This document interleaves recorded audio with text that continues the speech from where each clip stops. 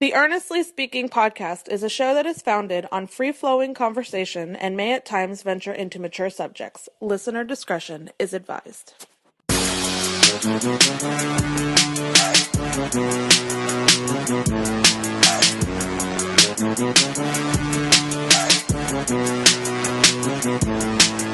Earnestly Speaking podcast coming to you on September 27th, 2022. How you guys doing? It's a rainy Tuesday here. We are actually getting some defeated hurricane. Although we're not expected to get much hurricane or even tropical storm force winds at all, if that. As the storm is going to be going to the west coast of Florida. We'll get some weather, obviously, but it's going to be hitting probably the Tampa, Gainesville, Panhandle area of Florida. So again, my thoughts and prayers out to our folks up in North Florida. This is probably going to end up being a Category 3 when it makes landfall, I believe, is what I was told. So obviously, I'm grateful. I'm grateful that what we're hitting here, obviously, on this side of the world. I mean, God forbid, I can't take any more hurricanes. I mean, you know my history. I've gone through a lot of those, a lot of storms in my life. You know, Hurricane Andrew back in 1992. You know, I went to the 2004/05 storms of Gene and Francis and Wilma, and it's a lot. I'm over it, man. So again, I'll thoughts and prayers to all our folks up north, in the North Panhandle area, Gainesville. Got friends up there. Our own Kyle Nash might be actually also impacted by the storm too. So prayers to him and his family as well. Anyway, so last night we had a Monday Night Football game. Last night my Giants won Monday Night Football. And the Dallas Cowboys beat the Giants, gave them the first loss of the year. Lots of my friends, primarily my brother, actually, was a big Giant fan like myself. Upset about the game. A couple of my friends who are Giants fans on social media complaining and whining about the Giants hit. Guys, y'all need to stop. Y'all need to stop. The Giants are who I thought they were. They're a team that has very little talent, honestly. Let's be real here. They don't have a lot of talent in the roster. Like, they got Saquon Barkley, who's the best, far and away the best player in that roster. Daniel Jones is still trying to prove that he can be a strong quarterback in this league. We don't know how good he is still. We're still trying to find out. That offensive line is still pretty bad. I mean, they were last night. Dallas Cowboys defense, I will say, is elite, though. So let's be real on that one. But the Giants are all we thought they were. And this is why all week long, even though like there's no Dak Prescott playing for the Cowboys, I told y'all that that's a stay away game. Like there's no guarantee Giants win that game. There's no guarantee of that. The Dallas defense alone keeps you in the conversation. This is why this is exactly the reason why I said even after week 1 when we did Football's Awesome that week, going to week 2, and I got a lot of like pushback on why aren't the Cowboys in your bottom 5? Because their defense alone gives them a chance to be competitive. And you're seeing that these last 2 weeks. Okay? You're seeing that the last 2 weeks now. Cooper Rush, look, he's not a strong quarterback caliber guy in this league. But he's doing a damn good job running the offense, making timely throws, not making mistakes. And that's all you need. I've seen quarterbacks come in and do that and actually, take over and actually win Super Bowls doing in that fashion. I'm not saying Dallas Cowboys win a Super Bowl. I'm not going that far. I'm just saying that if you got a capable backup quarterback that can hold the fourth down until your main squeeze, Dak comes back. It wasn't impossible. I kept saying that it wasn't impossible to cut the Cowboys because he's been 500 until Dak comes back. Now I heard reports down that Dak might be back as soon as 2 weeks from now. I mean, first of all, I'm Dallas. Take your time. You're 2-1. Cooper Rush is doing his job. The defense is elite. You can lean on this. And this has been a wacky year in general. Anyway, don't rush him back. Cooper's doing a good job. He's been there for a little while. I'm not saying it's a quarterback controversy, nor should there be. But let Cooper handle things. He's more improving enough that he can hold the fourth down. But look, the Giants, who we thought they were. This is a rebuilding year. This is likely to be Daniel Jones' last year as a quarterback, unless they decided to franchise him or whatever. Depending on how well he plays this year. I am as a fan optimistic with the Giants for the future because I like the coaching staff. I like what for the first time this is the first coach I've actually felt real good about since Tom Coughlin. So I'm following the process here. Trusting the process here. The team we have right now won't exist in the next year or two anyway. If this team's competing for a playoff spot next year or in 2024, ain't with these guys. Ain't with these guys. It certainly ain't going to be with Kenny Galladay. Whining his ass, complaining on the sidelines about no playing time, and then when he gets opportunities to make plays, he drops football. They need to cut his ass. They need to cut his ass quick. But look, the Giants are who I thought they were. They're not a good team that's well coached. Okay, they'll win about 5-6 games this year, probably ultimately, maybe a little more than that now because they won 2 out the gate. But they're not a good team. They're not a playoff team. And then once you have measured expectations of the team coming to the year, I know the 2 wins make you think a little. The Giants could, they could be an easy 0-3 now also too. Don't forget that. So they are who I thought they were. They're a team on the rise, rebuilding, but nowhere close to where they should be. So again, back down to earth of the Giants. No surprise there. Cowboys, impressive win last night, and like I said, there's still gonna be a problem. I think when that comes back, that defense is sick. I mean, I have not said for the first time probably about since the mid '90s. I've never said that I haven't said that the Cowboys defense is elite. It's crazy, isn't it? Crazy time to be alive, huh? So now we're down to 2 3-0 teams in the NFL: Philadelphia Eagles and Miami Dolphins. Put a poll today on Twitter. A little poll. I love doing polls. I think we'll do more of those polls more often. That which 3-0 team is more impressive right now, 2-3 weeks? Philadelphia Eagles or Miami Dolphins? Put a poll right now. And right now, the poll started. I mean, I have a whole day to go. I may do an update on the poll like on the next podcast on Thursday. But the poll right now, as of right now, as we're recording this, the Philadelphia Eagles are leading that poll pretty handily on this one. Right now, we have 53 votes in. Philadelphia Eagles 70%. Miami Dolphins 28%. I don't know if I don't know if I agree wholeheartedly with this. I think the thing with the Dolphins, and I will tell you that the Eagles are a better team right now. They're the more complete team right now. But Miami has had more impressive wins. You know what I'm saying? So let's see how that goes. But one thing I'll tell you about the whole Dolphins thing, and obviously Tua playing fantastic football right now. For the Dolphins, it's brought up the conversation again about who's a better quarterback. Who would you rather have on your team? Tua Tagovailoa or Justin Herbert? A buddy of mine, shout out to my friend Blake, brought us up last week after the comeback that Miami had against Baltimore in week 2. And his argument for Tua, granted he's a Dolphins fan, but his argument for Tua is that he's a winner. He's a winner. He's 17-9 as a starter in the NFL, something like that. Maybe it could be a better record. Now I don't have an exact number on that. Whereas Herbert is now 16-20 as a starter in the NFL. But I feel like those numbers are vague in a sense though, because you need. I think the problem with just shooting out numbers like that is that you need more context with that too. Because I argued that looking both quarterbacks right now, that Justin Herbert is the better specimen to have as quarterback than Tua. Now, I do agree that the jury's still out on that anyway, because both these guys are only in the 3rd year. Herbert's been really good in the NFL so far, though he hasn't made the playoffs at all. Neither has Tua himself. One could argue that Tua is closer to be not being a starter in this league right now, although this year so far he's changed the narrative a little bit. Whereas Justin Herbert is already considered a top 10 quarterback in the league. Some circles have him top 5 in the league. So therefore, the general consensus is that the answer is Herbert still, regardless of the records and all that.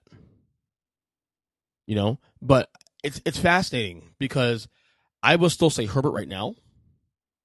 But the winning thing is definitely a argument we use. And I think this year, especially both these guys being the 3rd year, is big because both these guys have expectations come to the year. One can argue that Herbert has a bit larger expectations this year because lots of folks had the Chargers as a Super Bowl contender at one point. Though I've said repeatedly over and over again, and I'm being proven right now 3 weeks in. Not that I care about those kind of things. I don't care what people think about what I say. I say what I say, and I mean what I mean, and that's it. Whether you agree with me or disagree, that's okay. But that coach, with that Chargers coach, Brandon Staley, is not good. He's not good. And, we'll talk about that later on throughout the year. But 3 games in, he's just not good. Last year, I already told you my issues with last year. So, we'll see. We'll see. If you ask me right now in a nutshell, I'll still get Herbert. I think it's still Herbert's not even close. But I think what we need to do is the argument's not done. This is still a fluid conversation. I could come back in 8 weeks and the Dolphins are what 10-2, whatever it may be. They're ready in the playoffs. Probably Super Bowl contender. Chargers are struggling. Herbert's struggling a little bit, and maybe my mind changes there. You know what I mean? It is what it is. So I'm gonna still take Herbert, but it's a fluid conversation. It's a conversation we're gonna keep having every week after week after week. It's not done. I think people understand that. Just because I feel this way now, I'm allowed to change my mind in the weeks and days to come, and I will do that if it needs to be said. None of these predictions or things or these thoughts are locked in forever. No, that's not how this stuff works. It's a fluid conversation. Right now, my opinion is Herbert, but Tua is definitely making a case now.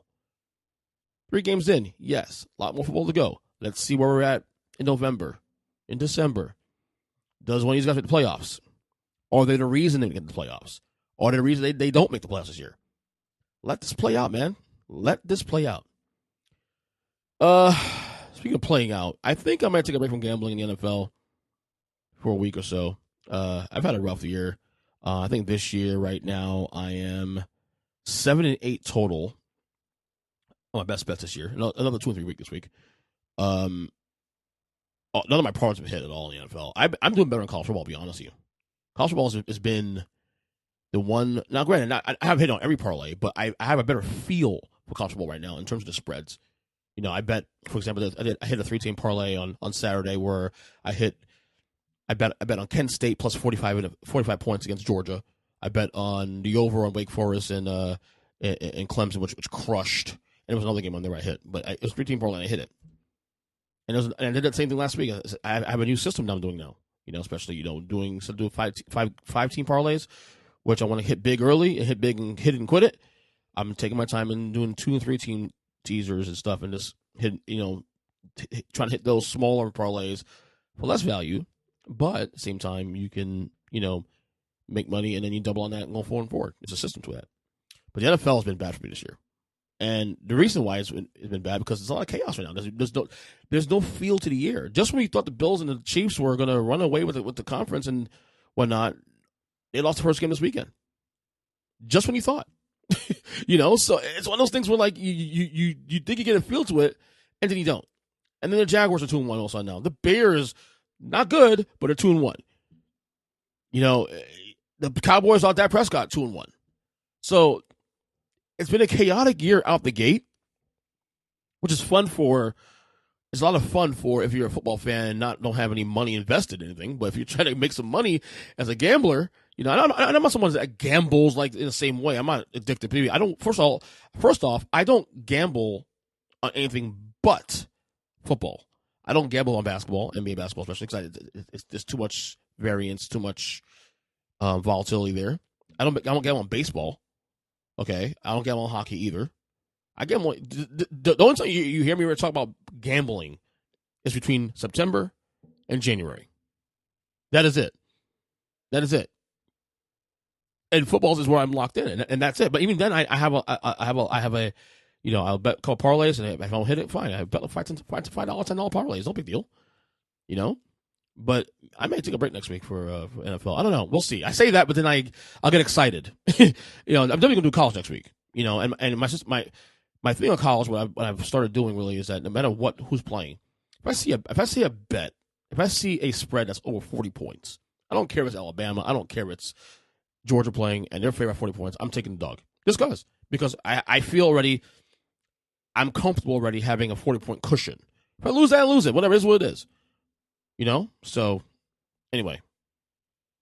Now, what I'm about to say here in a second is going to probably piss some folks off. But as always, you think I give a shit about people think about me, what I say? Come on now. I'm the last person I care what people think. Like, really. Here's going to piss some people off. I'm really feeling Joe Buck and Troy Aikman on Monday Night Football.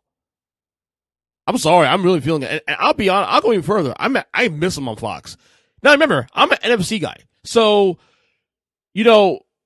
watching those guys for years, being a Giants fan, of course. So they did a lot of Giants games.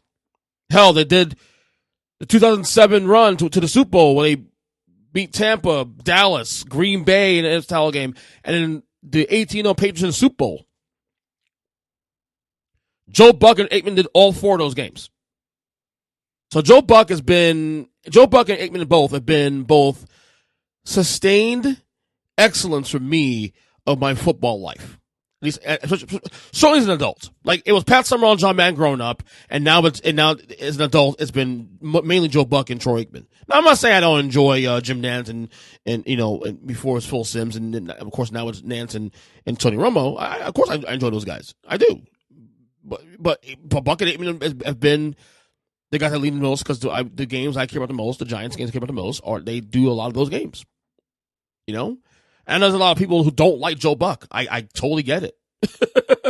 He comes as arrogant, doesn't watch enough baseball, that kind of thing. And a lot of is it the Yankee fans that hate him or the Red Sox fans? I don't know. Who gives a shit? But one thing you can't say about Aikman and Buck is they're both really good at their job. And I think especially Troy Aikman, as he's gotten older and gotten more, used to this business and doing this now for close to 20 years, he's really good at what he does. And Monday Football has had a voice a long time.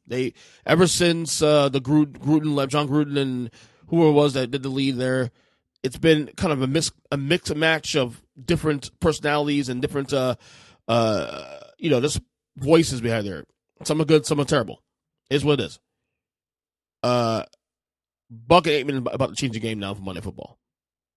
ESPN did the right thing by paying them the money they paid for these two guys. I don't care what anybody says about Troy Aikman and Joe Buck. These two guys are excellent what they do. And I get the Joe Buck hate. Actually, no, I don't get it, really, to be honest, because I think it's quite ridiculous. Like, when I ask you to like the guy, we ask you whether he's good at his job. Like, I want to hear a familiar voice. I want to hear a certain voice of my telecast when I watch football. And Joe Buck and Troy Aikman passed the smell test for me. So I don't understand what people are so pissy about that. I think they're fantastic. I think they're amazing what they do. And I think just watching that game last night, Cowboys and Giants, and hearing those two voices, and by the way, Cowboys and Giants, which typically are on Fox, through the years, and typically they were the guys doing those games.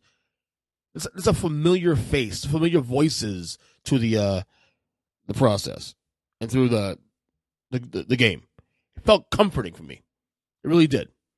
Enough of the Buck and Aikman hate, man. Seriously, it's ridiculous. It's ridiculous. And I think you don't like it. I think you're ridiculous too, honestly. So, one last NFL news and notes here. The NFL Pro Bowl is no more. I guess now they're going to be doing flag football only, skills challenges, and all that good stuff. I've said for years, I've never, ever, even as a kid, ever cared about the Pro Bowl. So to me, even when they attempted to try to fix it, where it was moving it to Florida the week before the Super Bowl, doing it the week after the Super Bowl, leaving it in Hawaii, it didn't matter to me. There was nothing the NFL could have done to fix the Pro Bowl, make it better. Never. It was never at no time I ever thought you could fix Pro Bowl. But here's the thing. This is where I got a little bit annoyed. The Pro Bowl still ratings wise was still pretty decent, considering, like, NFL Pro Bowl games rated on par with NBA playoff games. So to me, it was like, just leave it alone. Who cares? You're getting the numbers anyway. You're printing money anyway. There's nothing here to fix. I gotta know about the NFL trying to fix the Pro Bowl when there's nothing to fix. Either you keep it as is and what is what it is, or just get rid of the damn thing altogether. But then you're stupid doing that because you're throwing money. So it's not like the Pro Bowl is a negative for you guys for the NFL. It was like you were like not profiting because you were still getting viewers to watch the Pro Bowl. So, but now it's no more. I don't care either way because I didn't watch it. So whether it's here or not here, it didn't matter to me. And quite frankly, as I gotten older, I really haven't cared much about pro sports all-star games anyway because the players don't care. I watch the festivities. Like I watched with the NBA, the NBA Saturday NBA skills challenges, people shooting, dunk contests. That's more fun for me. Even the NFL, I watch the skills challenge once in a while. Major League Baseball, I watch the home run derby. But the games themselves don't matter. They don't matter really in the grand scheme. I remember in baseball trying to implement a rule where to make it matter, their all-star game matter more. They implemented a rule where, okay, if we the winner of the American League, National League All-Star game has home field advantage to the World Series. I hated that because it took away from the meaning of the regular season. Start trying to put things that matter to an All-Star game or a Pro Bowl, whatever that matters, for the sake of hurting competition in the field. You should never have done that. And I'm glad I got rid of that rule. It was a dumbass rule to begin with, and it should have not done it anyway. It was dumb. It was really stupid. It really was. So, Pro Bowl's no more. Okay. Never watched it. Didn't care. So, if it's gone, I'm not going to think about it. I mean, the Pro Bowl as is, should I say. They're still going to have the Pro Bowl weekend and the festivities, all that, flag football, whatever. I saw some people on Twitter getting mad about it. Oh, great, this is so bad. Pro Bowl now, this is all woke now, and, oh, what's next now? They take away the Pro Bowl. Stop. Shut up. Like, seriously. Anyway, NBA Media Days just passed yesterday. You had the Jimmy Butler dreadlocks thing, which is whatever. do you, Jimmy? I personally, I don't care for it. Whatever, it is what it is. Nothing really. The only thing really that people wanted to know about Media Day was the Celtics and about, because obviously we heard last podcast, we discussed this, the Ime Udoka situation. Obviously he's suspended for the year from the team due to having inappropriate conduct with the team. We're not going to get into that right now, obviously. But what I will say about this is there's a lot of lessons learned now, days removed from that situation, and how the media played and how they reacted to the Udoka situation in terms of, and just in terms of what exactly, what was being printed, what was being said, and all that. A lot of people jumping the gun, and obviously, people, the minute the story broke about Ime Udoka and having a inappropriate relationship with a team staffer, all these people on the internet obviously going to go searching with team staffers and putting people's names on Jump Street and all that, and some of them are wrong for the record, and the Celtics handled that poorly. I thought all the parties there handled it poorly. I thought some of the mainstream media people handled it poorly, putting people's names out there when otherwise were not even confirmed to be as such, impacting families, impacting people's personal lives, and people jumping the gun about assumptions about things. My dad always told me this growing up. There's a reason God gave you 2 ears and 1 mouth. There's a reason God gave you 2 ears and 1 mouth. And the reason that is because God wants you to listen twice as much as you talk. And sometimes people in the media, especially the mainstream media, dictatorial, holier than thou, I know more than you, wants you to, stay on their word and, whatever they say goes and all that. And that's kind of the problem with media today. That's why people have to trust the government, people don't trust the media. And that includes sports media. I mean, obviously, political media, obviously, we know how that runs on both sides. But especially in sports media, especially, too. There's a reason God gave you 2 ears and 1 mouth. Is to listen twice as much as you talk. So, lesson learned from the Ime Udoka situation is learn to listen. Learn to wait for the story to come out. Learn to wait for more details before putting people's lives at stake or, their privacy at stake. And we don't do that. We don't do society anymore because we don't care. All we care about is me. Let me get a story out. I want the credit. Blah, blah, blah, blah. And we're a society that continues to deteriorate in terms of morals and stuff. It's sad. It really is. Obviously we can have a moral. I said on the pod last week, obviously it felt egregious having one suspension for an inappropriate consensual situation. But again, I also said, sidebar that with the fact that maybe there's something we don't know here, and let the story play out. Maybe there's some things here we don't know, and yet the media. So I'm trying to protect him, Udoka. So I'm trying to criticize the Celtics, and there's criticism on both sides there too, especially in terms of how that was handled. But instead of assuming things, how about you just wait until the story comes out? And then you have folks too also. Oh, so no one's talking about the Brett Favre situation, Brett Favre welfare fraud situation. Trying to take money from welfare. I'm sure you heard the story now. Brett Favre has been accused of trying to get money for, I guess, his daughter's school's volleyball team. Something maybe through using welfare money allocated for welfare in Mississippi to him. Fraudulent, of course.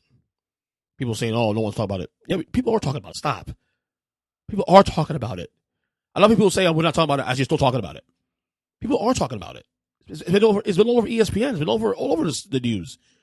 I've seen Shannon Sharp and Stephen A. Smith, lambast Brett Favre on this thing. Yeah, and if the story is true, especially, and it seems like it is, based on some of the evidence coming out, Brett Favre's a douchebag. But we already knew that for a long time now. Brett Favre is unlikable. Brett Favre is also the most overrated quarterback in history of football, in my opinion. That's a whole other argument. It has nothing to do with this. But guys, 2 ears, one mouth. God gave you that for a reason. Learn to listen before you talk. And I said this someone's a podcaster. But at the same time, the advice my dad gave me as a child, I still try to implement that today. Listen before you react. And folks in the media don't do that, unfortunately. They don't.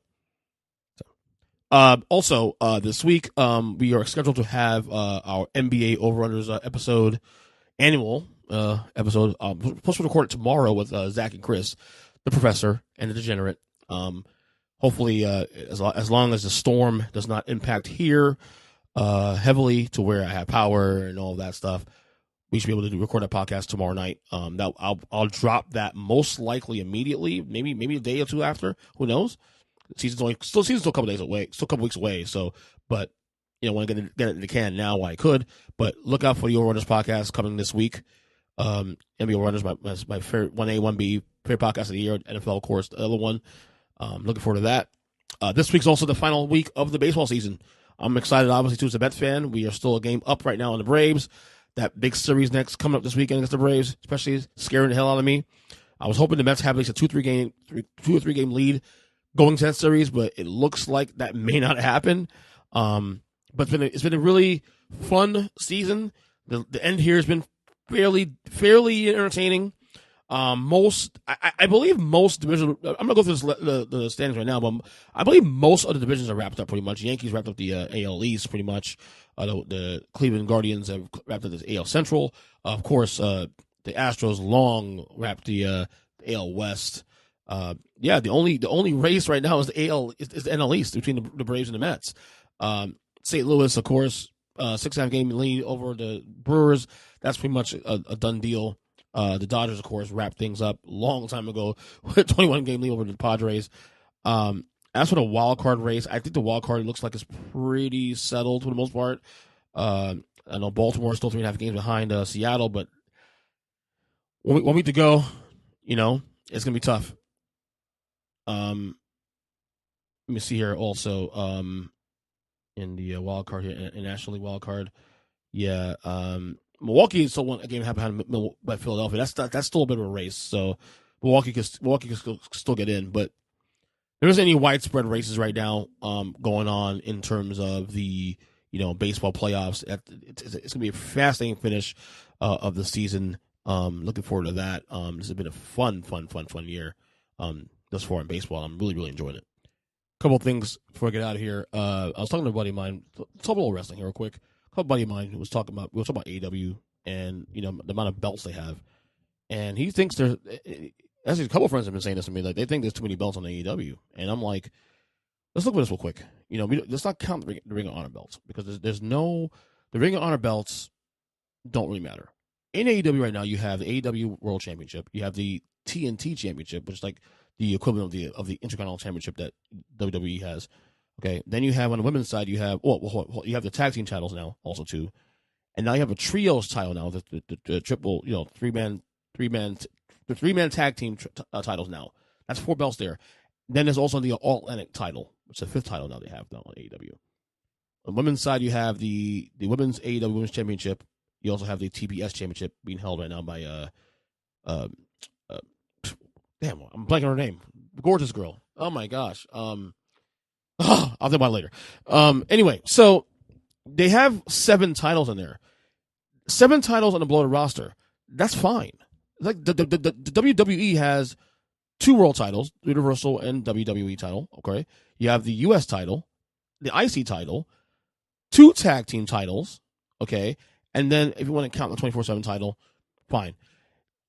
I don't have a problem with a company having multiple titles as long as they utilize the titles and it makes sense. The FTW title that currently I think Ricky Starks hold that title now. No, but it's not an official AEW title. It's equivalent of the $1 million title. It was never a real championship. Okay, the Ring of Honor titles are only on the AEW telecast because Tony Khan actually owns Ring of Honor. He doesn't currently have a TV deal for Ring of Honor as yet, so he's featuring those matches on his show. But those are not actually AEW titles. Chris Jericho is a Ring of Honor champion, but that's not an AEW sanctioned title. That's a Ring of Honor title, and he's using his platform to feature these titles until Ring of Honor has his own TV show. So I don't think personally there's a lot of titles in there. I think what they've done makes sense. You have the world title, you have the secondary titles, you have the tag titles, the trios titles is good.